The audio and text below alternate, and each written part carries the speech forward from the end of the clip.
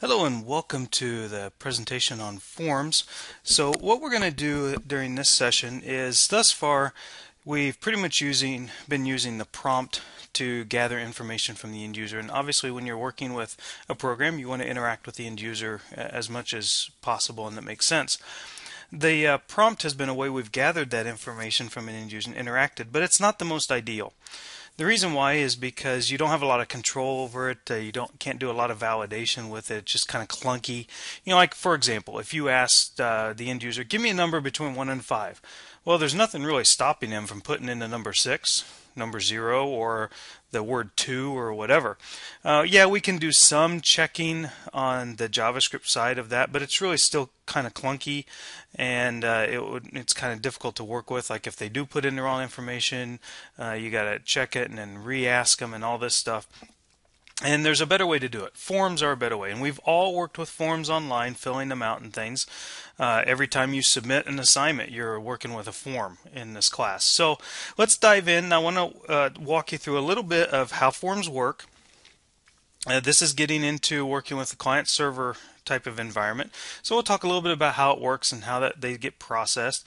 And then we'll actually dive into an example, and I'll show you some things that we can do from what's called a form validation standpoint. So let's go ahead and get started. First of all, let's talk about how forms work. When you are on a website and you're filling out a form, once you click submit, there might be some things that happen programmatically at that point, but basically bottom line is that form gets sent to the server. The web server receives it and then recognizes, hey, this is a form and I need to do something with it. Usually a web server can only display static type of information and deal with static information like HTML. So forms that need to be processed with some back-end server-side logic need to usually go to an application server. Now by application server I mean servers that can handle PHP, .NET, Java, Cold Fusion, Ruby on Rails, whatever that application server may be. That is usually the device, the vehicle, if you will, that processes that form and does whatever it needs to do. Because there could be several things. It could do some server-side validation of the data. It could interact with the database, inserting or retrieving information, what have you, sending email, those types of things. Web servers can't do that. Application servers do that. Okay, so it gets several steps throughout the process from the time you hit submit until you retrieve that information back. Now, one of the things we got to be concerned about is what I refer to as GIGO, garbage in, garbage out. The baseline or the rock foundation of any business is its data. The data that you have helps you make decisions, helps drive your business, helps you to point things in the right direction for your business. If you have poor data, you're going to have a poor business. So that's why DBAs are so protective of what they control in data. And while I sometimes give DBAs a hard time for that, it's perfectly understandable and I get it. As a programmer, I want the data, but I also know that we have to protect our data. So with that being the case, we need to make sure that we put controls on our data in such a way that we protect our data. Of course, we do not want to hinder our end user from doing what they need to do, but we've got to control and protect our data as much as possible. There are some things you can do on the database side to control and protect your data. There's some things you can do on the app server side for server validation to control and your data. But there's also some things that we can do with JavaScript on the client side. And in fact, the modern trend is to do that as much as possible. Let me give you a scenario. In a basic HTML form, when you submit it, and this is to my point what's wrong with a basic HTML form, when you submit it, it goes to the web server and the app server like the previous slide showed. Well, in the old days, what we would do is we would do some server-side validation, pretty much all server-side validation for the most part, And then if we found something wrong, we would go back to the user to have them fix it. And I'm sure you might have experienced that, where you fill out a form, you click submit, and it looks like it's processed, and all of a sudden the form comes back and says, oh, you got to fix this, whatever this is. And the worst possible scenario is it comes back and now your data is completely gone out of that form you filled in. The best possible scenario in that situation is that it comes back and you only have to fix what was wrong. But still, it's kind of a painful process to click submit and then information comes back, you think it's getting submitted. It just adds one more layer of issues, and people are impatient, especially when it comes to the web. So what we want to do is do as much client side as possible so that as you're filling out a form, it's telling you whether you have something wrong or not. So imagine a scenario where you fill out an email field. You forget the @ symbol, for example. You go to the next field to fill it out, and it tells you right then and there on the form, oh, you forgot to, there's something wrong with your email address. Make sure you fix it. And it won't allow you to submit it until you fix that piece. Controls like that, or controls that, hey, put in your email address, now confirm your email address to make sure it's correct. We've all done that sort of thing. These are all ways that we can try to make it as easy as possible in the end user, yet at the same time protect our data. Because you don't want to have garbage data get into your database. Okay, so, and if we don't put these controls in, I guarantee you an end user will figure out how to get garbage data into your database. So let's talk a little bit about how some of the form fields and stuff. And I'll go through this when we jump into the code. I'll go through this while looking at some code, but I just want to kind of hit some highlights here. When I build a form, in the form, when you're using a form, there's a form tag in HTML, and you'll see that when we get into the code.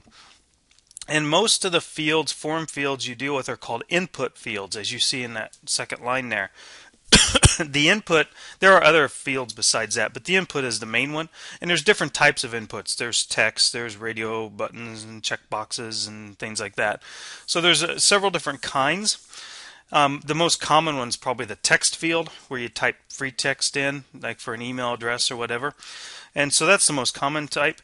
Now, typically you do at least one thing, if not two, on a field. I usually do both. I usually ID my fields and I put a name on my field. That will allow me to grab my field programmatically in one of two ways, depending on which way I want to go. So I can use the document.getElement by ID. So go into my document, get my element with an ID of some value, or some ID, some field. And then I could also get it by name. Go into my document, grab my form object, give me some name. I find that form object is probably used more often, but it doesn't mean you don't see getElement by ID quite a bit. Sometimes it's just a stylistic issue. So there's ways we can grab that information. We can also grab the entire form. I usually ID the form and I can grab it and then grab the fields within it. You'll see me do that in the code. So all form objects have individual pieces to it that make up the whole object, different input fields and buttons and things like that. When that's submitted, it goes in that form object. It's kind of like an array, but it's subtly different as far as how it acts when we do loops and things like that. So it comes in as an array, but it's not like an array like we've been using. It does not use keys. So we're used to having zero-based arrays. So let's say you have an array of 5 items. You have keys, index keys of 0, 1, 2, 3, and 4 for your 5 items. Well, so like in my example here, I have a variable myArray, which is a new array, and then I can assign a value to the first slot, which is myArray 0. Okay? In a form array, it's a little different. In a form array, you pass the field name through the form brackets. So if the field name is some field, you pass that through, and that you can get the value of that. So it's a little different working with forms in an array format, but it's still, you can still loop over them and do that sort of thing. Now, the other thing is events. Let me just take a step back and want to talk about events and end users. When an end user is working on your application, they are doing various things. First thing they do is load the page. load the document. Then they might do various things. Hover their mouse over stuff, click on things, hit the keyboard with certain things. So those are all events that happen. And what we want to be able to do is interact with those things so that when the user clicks on something, something happens.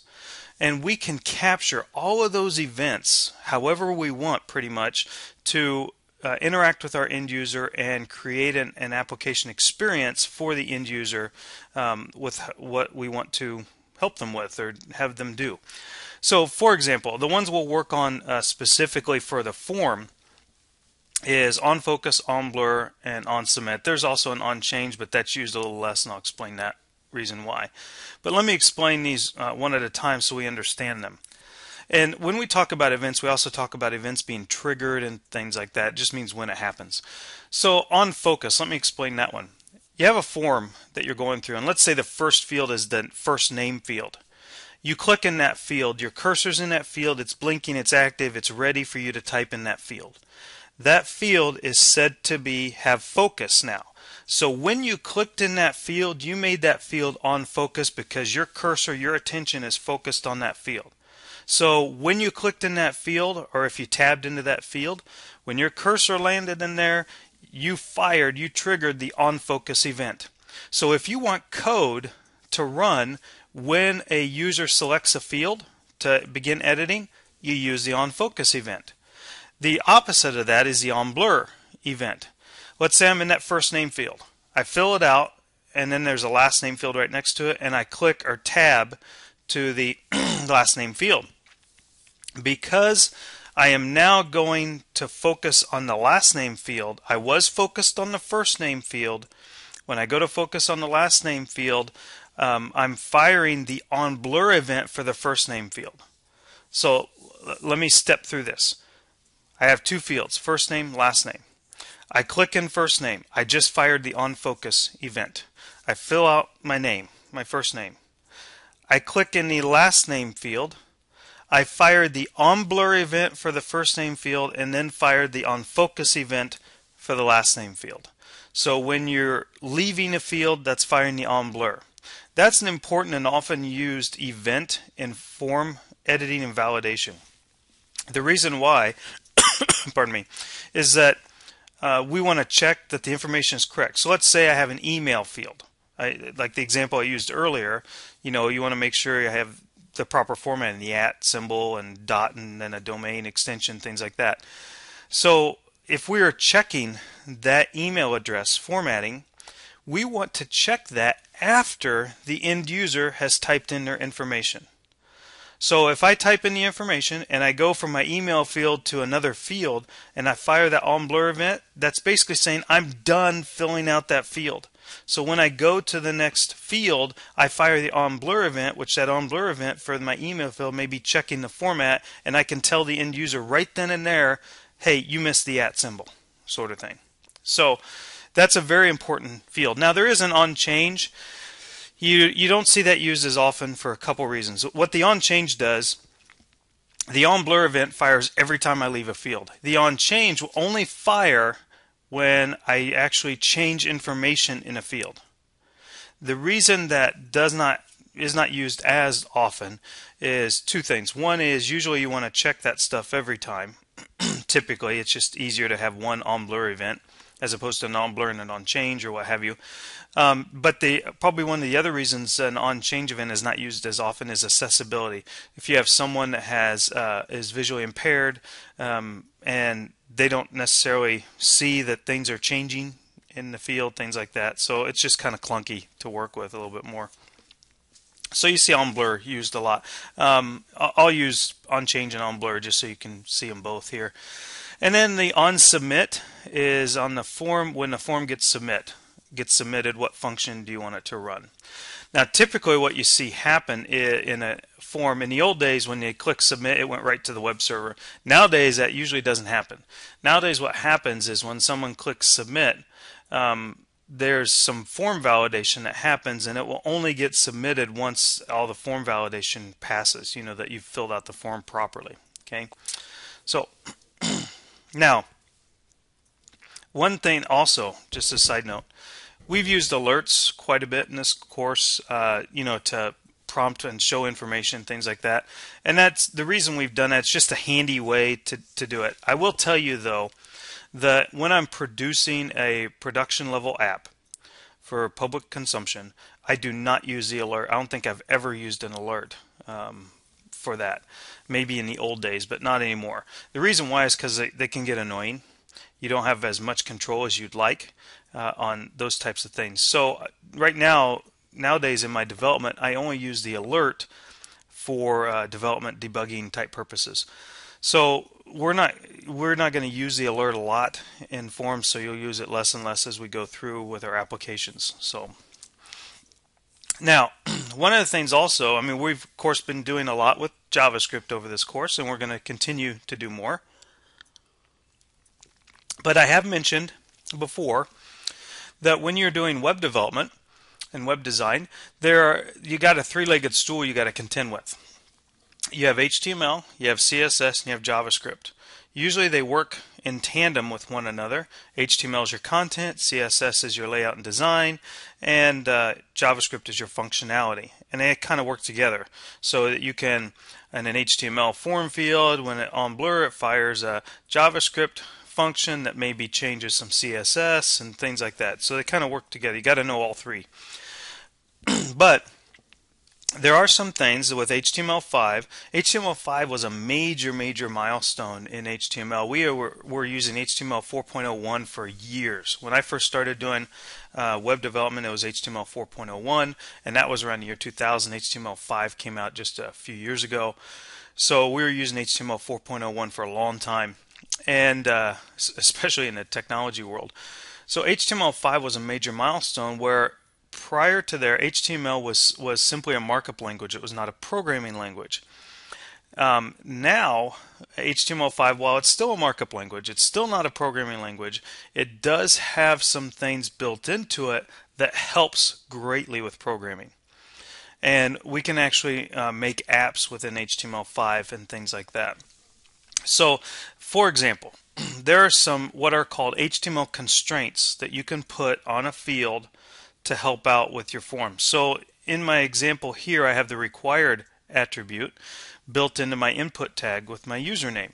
So what that tells the end user is that that field's required. Now it doesn't do that visually, you still have to do that, but if they skip over that field, the browser, modern browsers will tell them, hey, this field's required, you got to fill this out. Now, the downside to that is that message that comes up is browser dependent. We don't have really much choice over the style of that message right now. At some point we probably will, but nowadays we don't. But it will tell them that's required, so you don't have to do that with programming. You can also do some things like, for example, you see in their pattern. Now what that is, you see where it says when you put in country code pattern, bracket A, uppercase AZ, lowercase AZ, and then 3. That's what's called regex, or that, which is short for regular expressions. We're not going to get into that a whole bunch. I just wanted to kind of throw it out there that it's there. You might want to take a look at it because it's at some point, because it is invaluable. You will learn about it in another course, learn about regular expressions. But let me just kind of give you the 30,000 foot flyby of them. Regular expressions are simply it's simply a way to write out a pattern. So for example, you see here I have in brackets capital A to Z, lowercase a to z. What that tells in regular expression language, that says I can put an upper or lowercase letter in this field. And then when you have curly braces 3, that says I need 3 of those letters. So I can put 3 uppercase or lowercase letters in that field. So I can't put 2, I can't put 4, I'm forcing them to, they have to put 3, and I can tie a message to that, and HTML5 helps me with that. So regular expressions just help you to attach some constraints to a pattern. Some examples where this might be used: email address, to make sure there's a pattern, the @ symbol and dot and then an extension. So anything where you can put a pattern to it. Zip code, 5 digits and 9 digits, so 5 and -4. You have maybe you might be working for a company that has a point of sale system where their invoice numbers are 5 digits -2 digits, and so you might want to match those up in your programming. So you can use regular expressions all over the place to try to figure out what to match and do a validation for. Basically, nearly anything that has a pattern to it, you can match. So if your information will have some sort of pattern, you can match it. So it's just a way to do that. Usually what I'll do is there's a lot of different ways to do regular expressions. If I need to do it, I'll do some Google research and say, okay, I need to match this pattern. Let me just kind of write it down and figure out how I'm going to do it with regex. But you can do that now with HTML. So that's not really programming. Regex is used in programming, but that's not really in JavaScript programming. That's in HTML5. And then as you see, there's min-max there in my input. So this one is it's a number type of input, so it only takes numbers, and it only takes numbers from 1 to 5. So the user can't put 6 in there and stuff, it'll constrain them. So that goes back to my example about the prompt from earlier. If I say to the end user, give me a number between 1 and 5, they could put in 6. And then I have to do some programming to figure that out. If I do this, I don't have to do that programming to make sure they've put in a 6 or they've put in a 1 to 5. My HTML constraint does it for me. Now you can also do some things like this where you can validate whether a field is empty or not. I mean, we have the required attribute, but you also may run into something like this where I can say, okay, when they leave that field, run the validate non-empty function and pass this field to it. That's what the this means. So this is context dependent when you see the this keyword. In this case it says I'm doing an onBlur event from this input tag form field, pass it to my validate non-empty function. My validate non-empty is just taking my input field and seeing if the length is 0. If it's 0, then I'm putting anything in. So now again, I mentioned this earlier, alerts can be annoying. We don't want to annoy end users, so we can use that three-legged stool of JavaScript, HTML, and CSS to display messages. So as you see, for example, I have a span tag down there that's empty. So when the end user looks at it, they wouldn't see anything on their screen, and I have it ID'd and I have a class and stuff, so I have some CSS tied to it. And what I can do is I can do a validate that in this case, that my field, whether it's empty or not, this phone field, and then I can grab my phone help ID for my span tag, and I can basically say, okay, is it empty or not? If it's empty, I can then insert information into the DOM on that span tag to give them information. That's what happens. Some of you probably have experienced this where you're filling out forms, and all of a sudden, boom, it tells you something right on the form. So here's an example of how you might do that. So I would say, okay, is my length of my value 0 or not? If it is, then I'm telling them, I'd say go into my help text, that span tag, that's my help text there. Go into my help text and set the HTML inside it. Please enter a value. Okay. Now sometimes we also need to check the size, and again there's the HTML constraints, but I'm also showing you the programming way to do it as well. You can check the size of the data length within the field by checking the min and max length. You can set what your min and max length are and check the actual length of the value. So that's another way to do it. Now you also can programmatically restrict, like let's say you have a zip code field and you want it to be 5 characters. You can check whether the value, say, is my value of the length of my value, I should say, not equal to 5. If it's not equal to 5, tell them, hey, you either got to put more or less in there. You can also use the isNaN function to make sure they didn't put any alpha characters in there, making sure it's not numeric. Where this particular thing may not work is if you are doing the 9 character zip code. Then you're going to have to do an OR type of if statement. Say if it's not equal to 5 or the 5-9. So there'd be a little more work with that, but you could do it. Now, the thing we got to understand though is that we can do a ton of stuff client side, but that does not take away from doing stuff server side. A lot of people will do both client side validation and server side validation, because we never, ever, ever want to have bad data hit our database. Never. There should be constraints on our database to help fight against that, but we never want to even have bad data get that far. So we want to check things on the server side as well.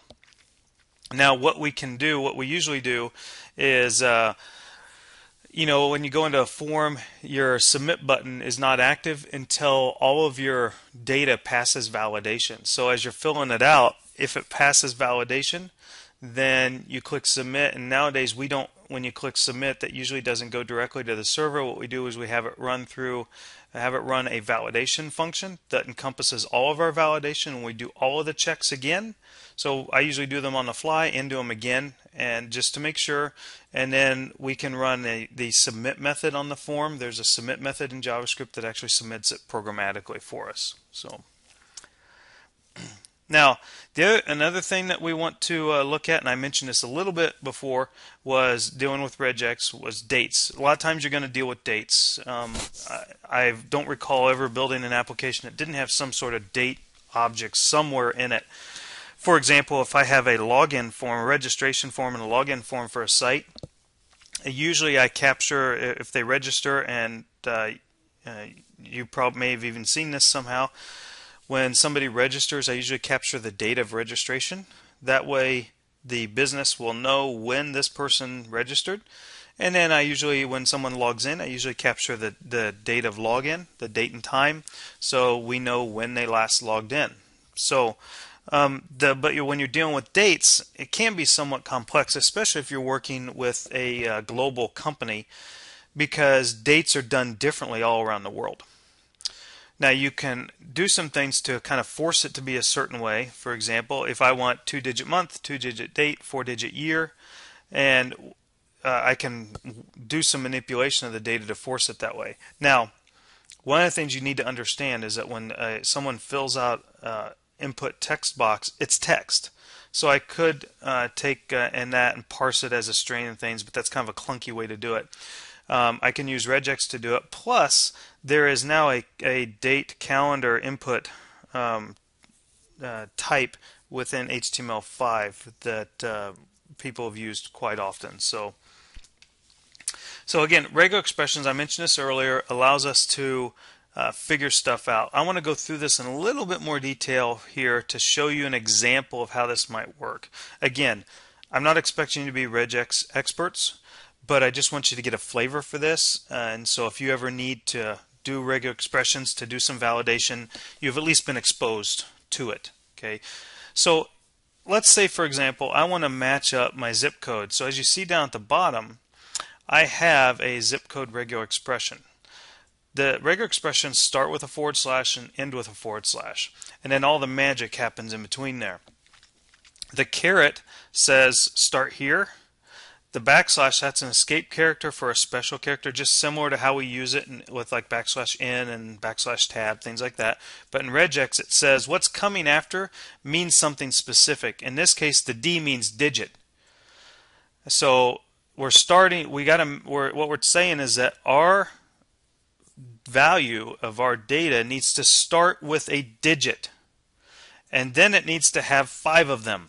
That's what the curly brace 5 means, and the dollar symbol says it ends with these 5 digits. So basically I'm saying here it needs to start with 5 digits and end with 5 digits. So I'm constraining it to be exactly 5 digits. Okay.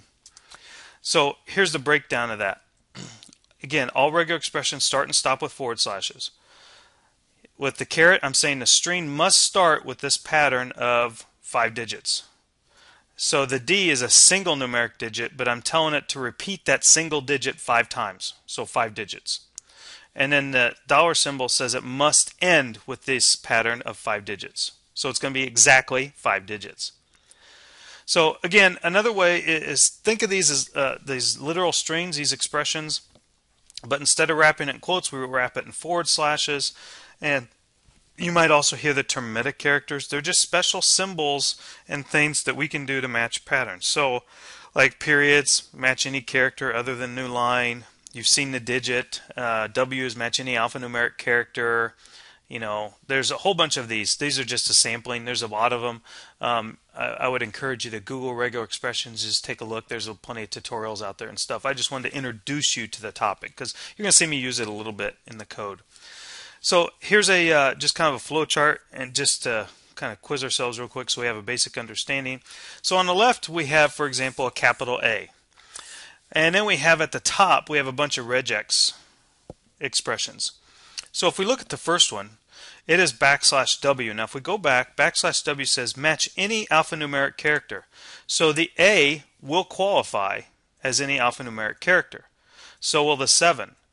But the others will not qualify as that, okay? Because it's either multiple characters or it's not alphanumeric, okay?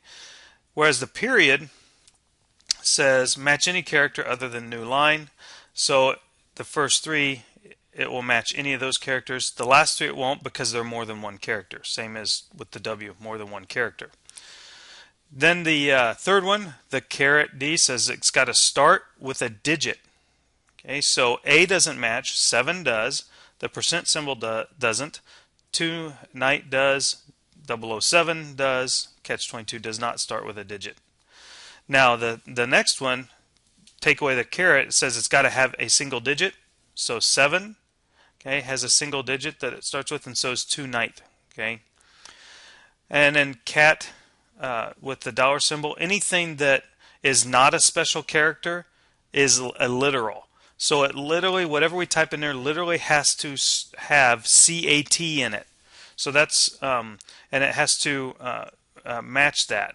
So so your CAT, now in this particular example, notice you may wonder, well, wait a minute, why doesn't catch-22, why isn't that set to true? Why doesn't that match? Because our dollar symbol there, that dollar symbol says it has to end with CAT. So catch-22 obviously doesn't. Whereas if you flip over one with the caret, says it has to start with CAT, that one matches. Okay. Now the third from the right, the DDD, says it has to have 3 digits in it. So that's the 007 there. Okay.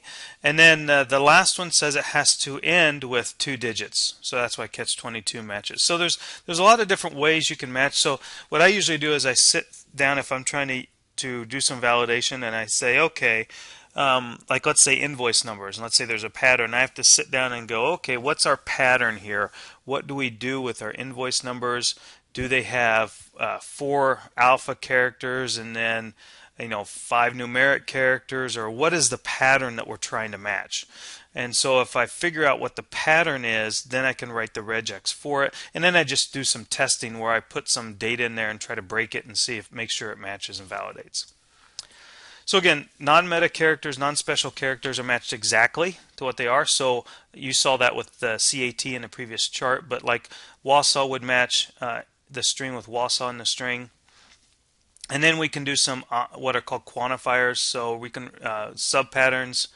So like an asterisk can appear 0 more times, plus it's required, but it can appear more than one time, things like that. We can do different things with patterns that maybe are off a little bit, and maybe sometimes there's variations to the pattern, so we can do some things like that. So here's another example with some quantifiers here. I could write the zip code of caret. It's got to start with DDDDD, 5 Ds, and then a literal hyphen, and then 4 Ds, and then it has to end with that. Or I could write D with curly brace 5, hyphen D, curly brace 4. So it makes it a little more concise so that we can match certain things. Okay. Now, we can also, like I just did, specify a number of characters, like 5, but I can also specify a range. So in my curly brace, if I do 5, 8, that says I got to have a minimum of 5 characters, maximum of 8. Okay. We can also do a this or that scenario, and that's where we would use a pipe delimiter. We can say check for this string or that string. So in this case, I can either have small or medium or large. So the pipe is kind of an or, just similar like double pipes as or in if statements. We can also do optional characters.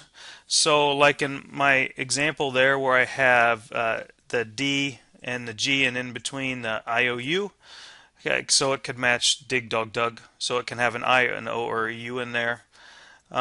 So we have, for example, we're with the dollar sign, the digit, and then the bracket, digit, and then a period, and then the asterisk says anything comes after it.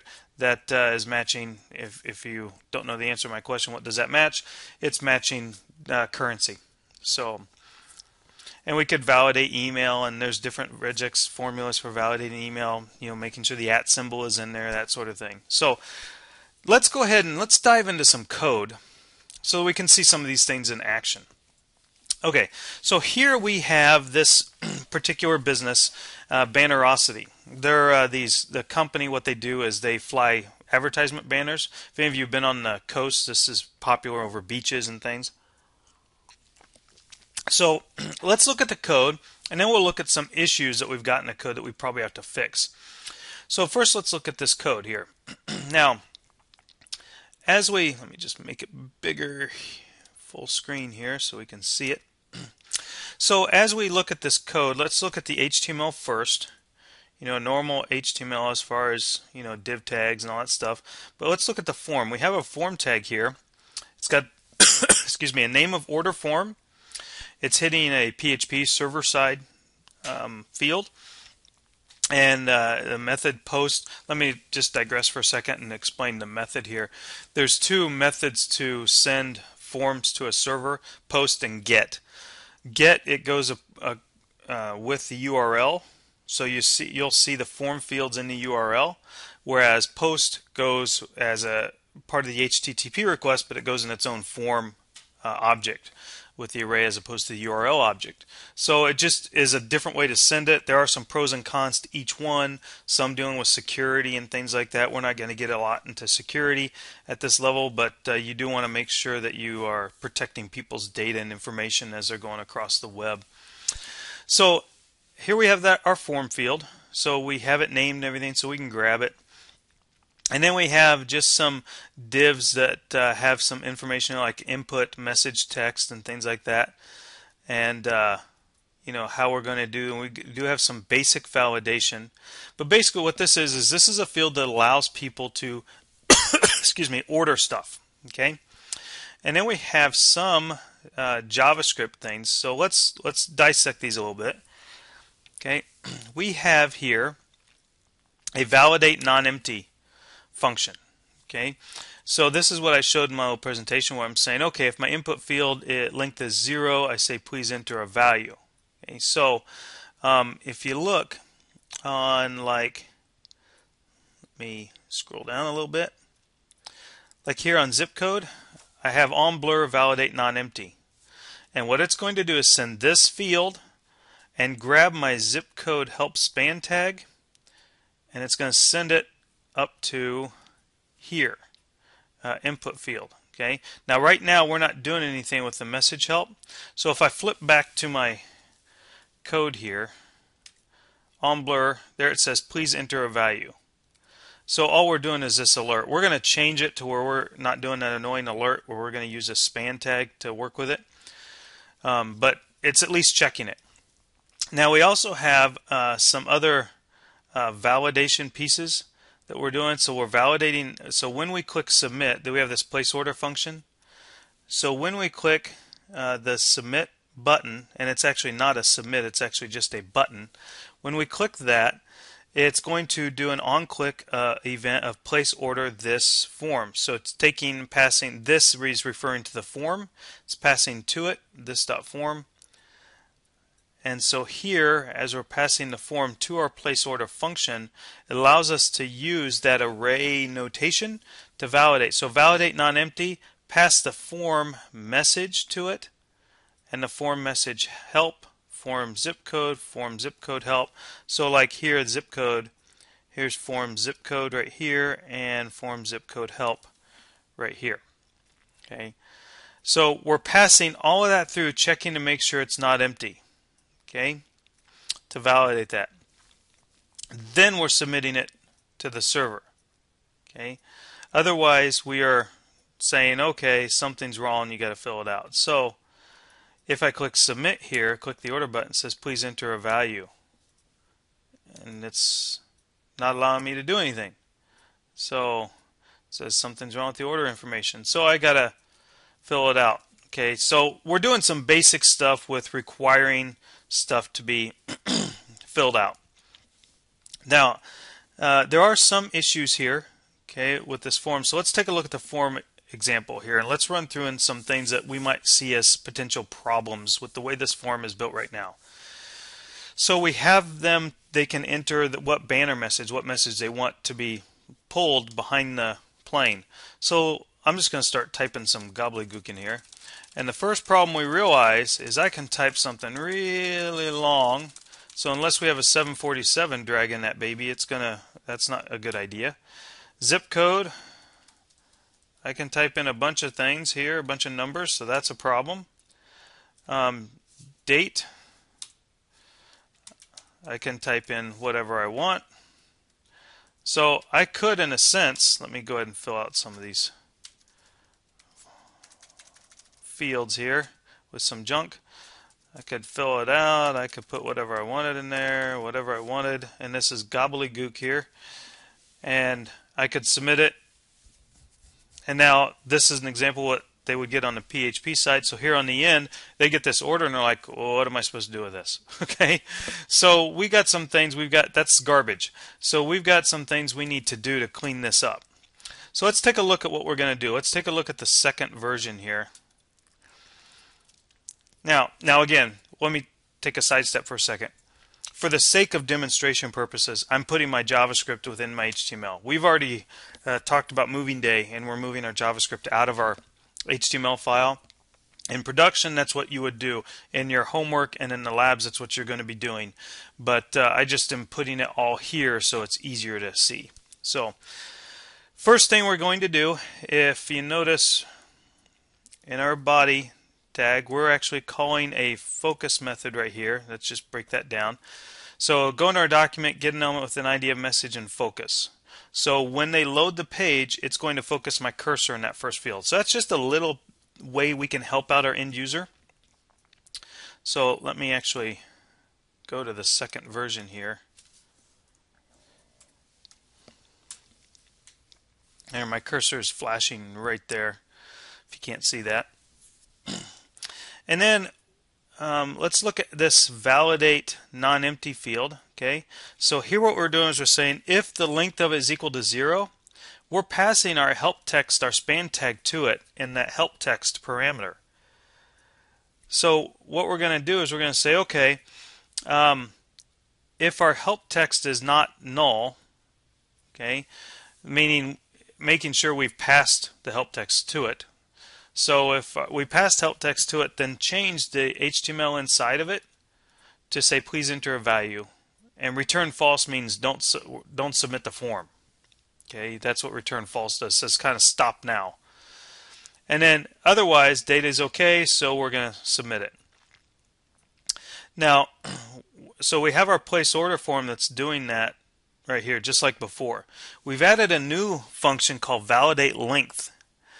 And so what we're doing is we are passing to it max length and min length, the input field, and the help text.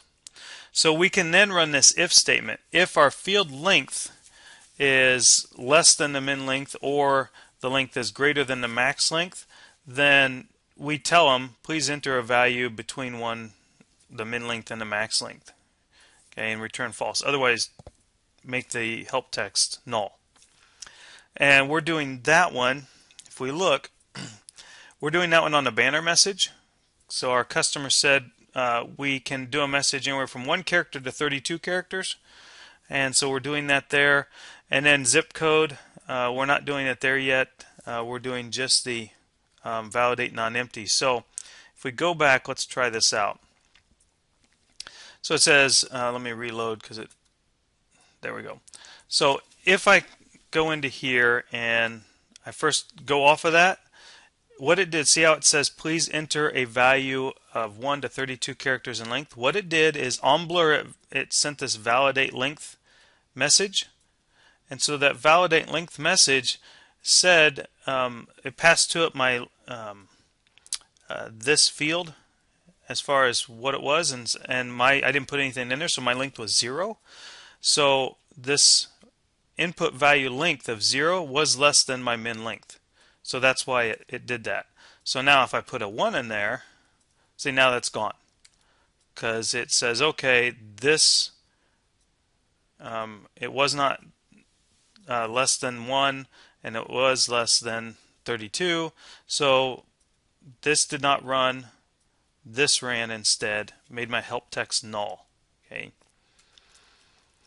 And then the other ones I can just enter value. Now notice what I changed there, besides just the length of the text in the banner message, that's much nicer than having those alerts pop up, because then you're saving clicks on the end user, doesn't have to click the alert message to go away.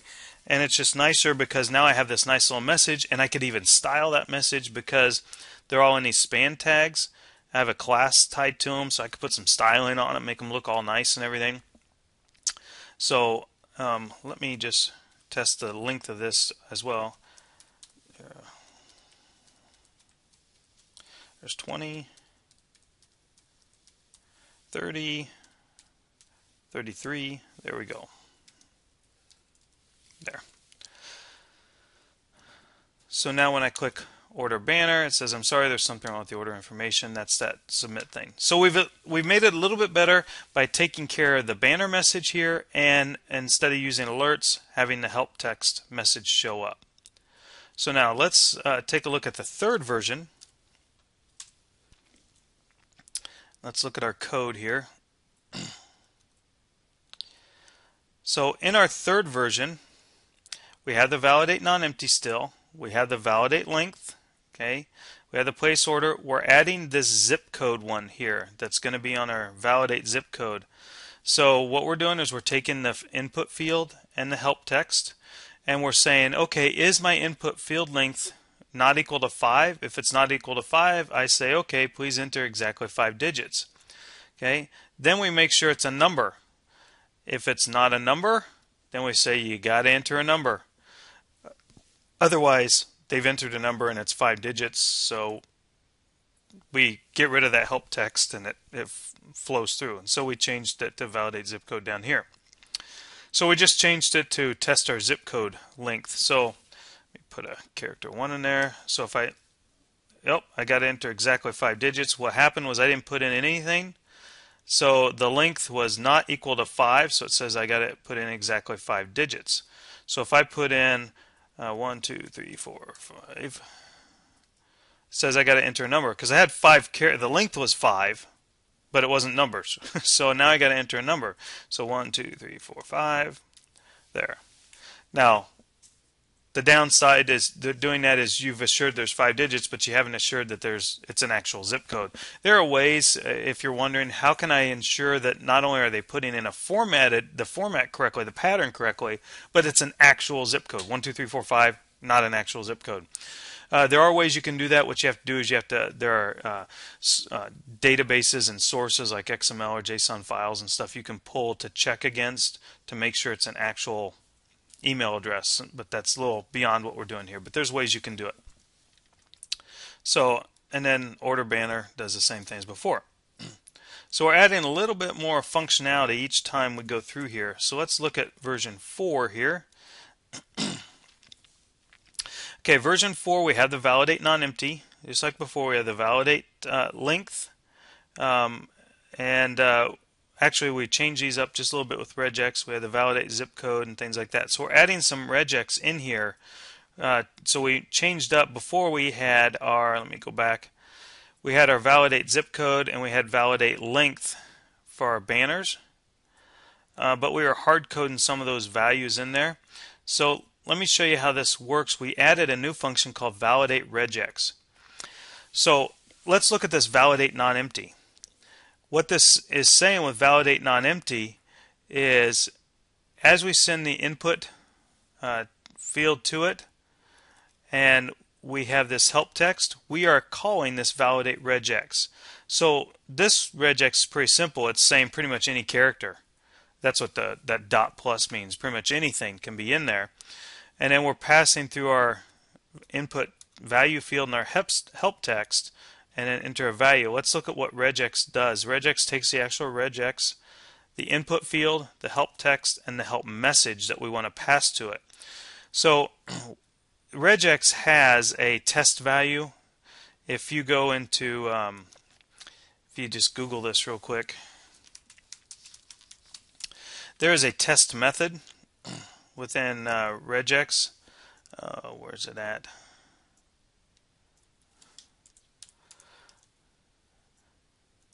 There was one on the W3 schools. Let me find that one.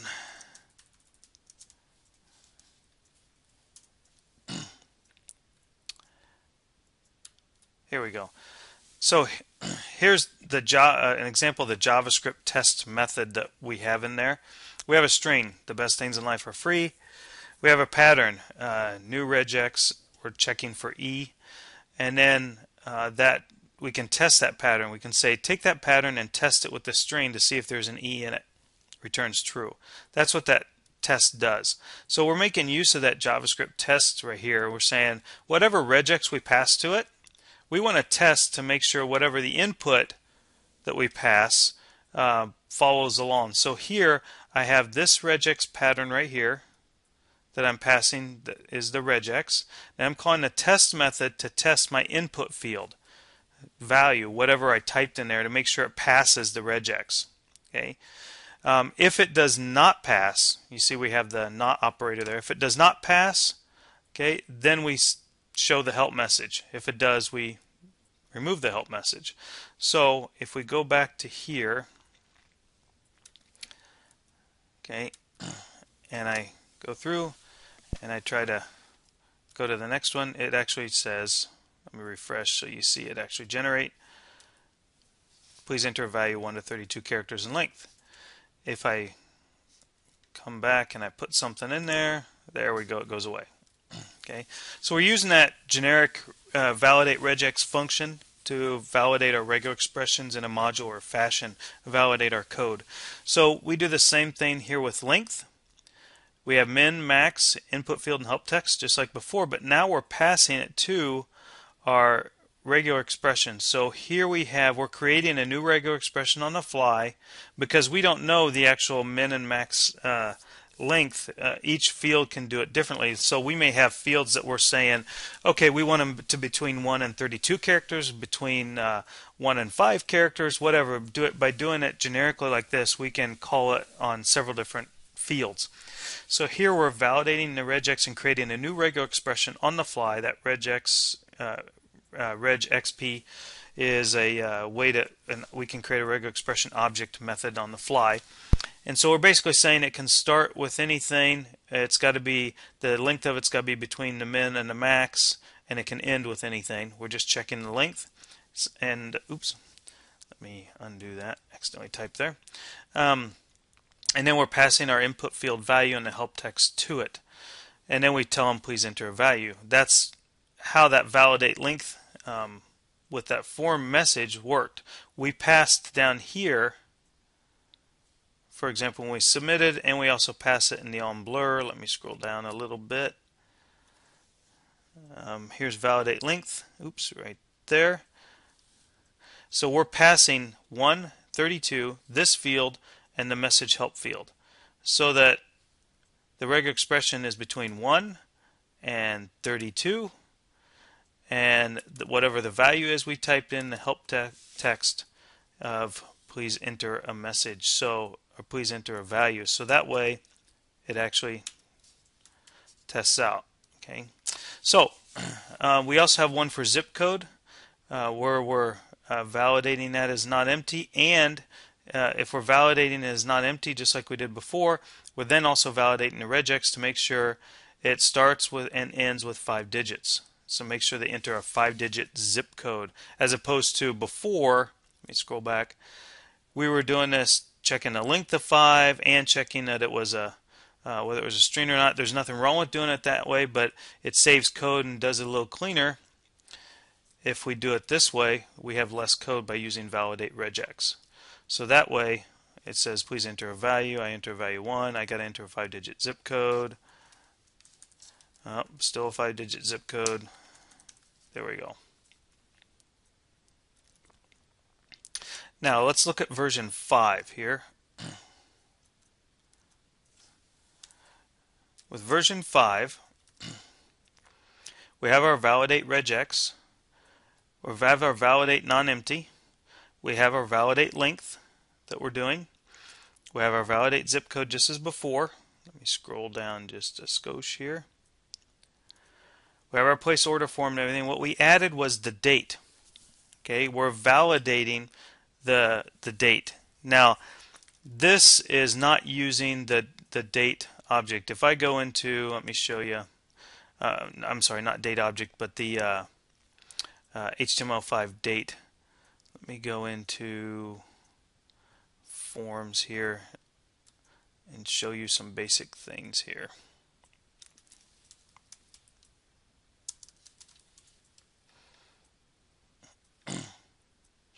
Input types, that's what I want. So here is some HTML5 input types. Let me go down to the date one. That's an HTML5 one. Here it is. So here's the date. And what this does is this allows you to do like that. So I've started to use that quite a bit, that type of thing. You can also do it in JavaScript using jQuery and stuff. But HTML, not every browser implements this yet. That's why I've kind of hesitated in doing it. Like Internet Explorer, some versions of Internet Explorer don't do this.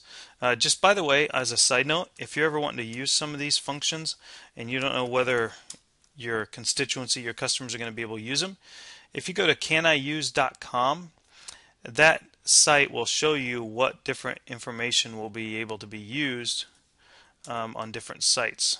It seems to be slow coming up. I'll come back to that. So here what we're doing is with this date is we're saying, okay, first we're checking to make sure it's empty or not. Then we're doing just doing regular expressions to validate it. It has to start with a digit of 2. It has to then have another digit of 2 characters, and then have a digits of either 2 or 4. So I got to enter values in here, 4, 5. So now here's the date. It says, oh, I got to please enter a value. Okay, there's date, and I said, no, you got to enter this date, for example. And so if I go 011475, no, I didn't put in the 011475. There it works. So it works with either 2 or 4 digits. Okay. So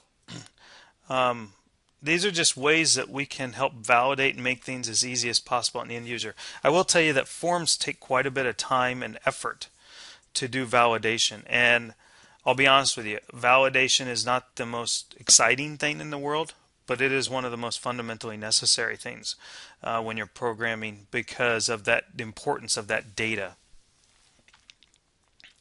So now let's look at our last little iteration here. And caniuse is not responding, so their site must be down. Okay, let's go to the 6th version. We got our regex, validate regex function, our validate non-empty function, our validate length function, our validate zip code function, validate date. Now we've got a new one we added of validate phone, and we also have validate email. So validate phone, of course, we're checking, make sure whether it's empty or not. We're saying it's got to start with 3 digits, hyphen, 3 digits, hyphen, 4 digits. And then same thing with email, whether it's empty or not. And then we're checking that it starts with some characters, has an @ symbol, has some more characters, dot with 2 or 3 characters. This would not work if like a .info because I've got 2 and 3. I'd have to do 2 and 4, 2 to 4 there. So, and then we're running all that validation through this place order function to make sure it works. So If I put something there, 2, 3, 4, 5, and then I do a date there, put in our name. Now phone number, please enter a value. No, I didn't. I got the hyphens in there I got to put in. Oops, wrong spot. And enter a value. No, I got to do an email address. Email, I'll do mine. ntc.edu, there it works. And I'll put the proper zip code.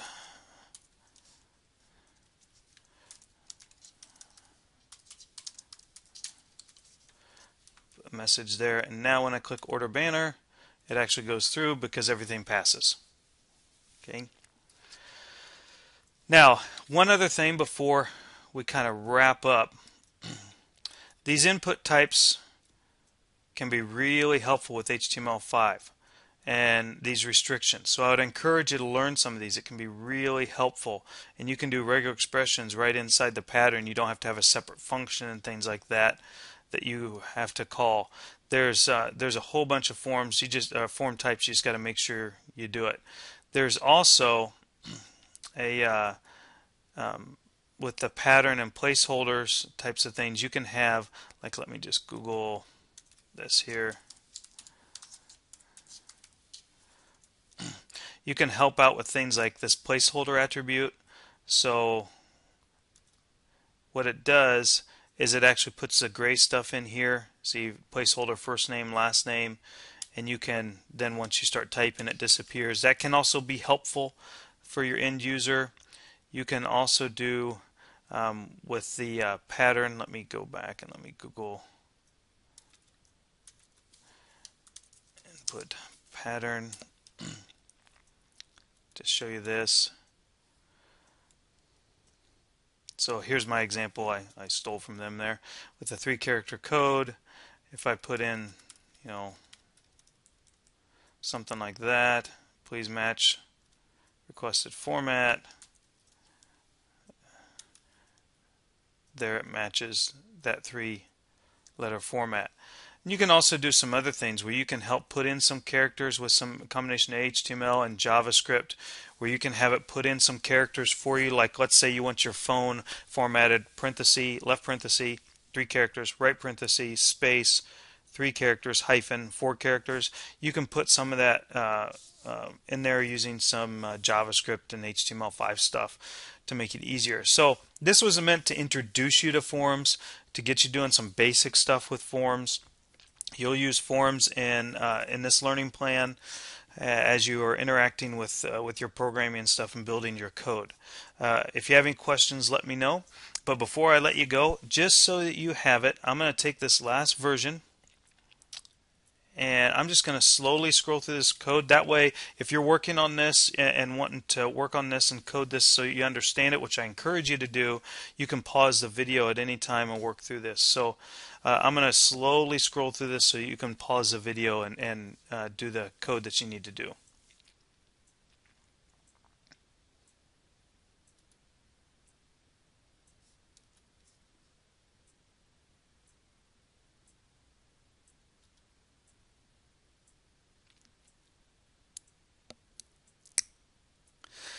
So again, I want to thank you for your time, and hope this has been helpful, and hopefully you learned something through these forms demos. If you have any questions, like I said, reach out to me, let me know, and I'll be more than happy to help you out. Otherwise, happy coding.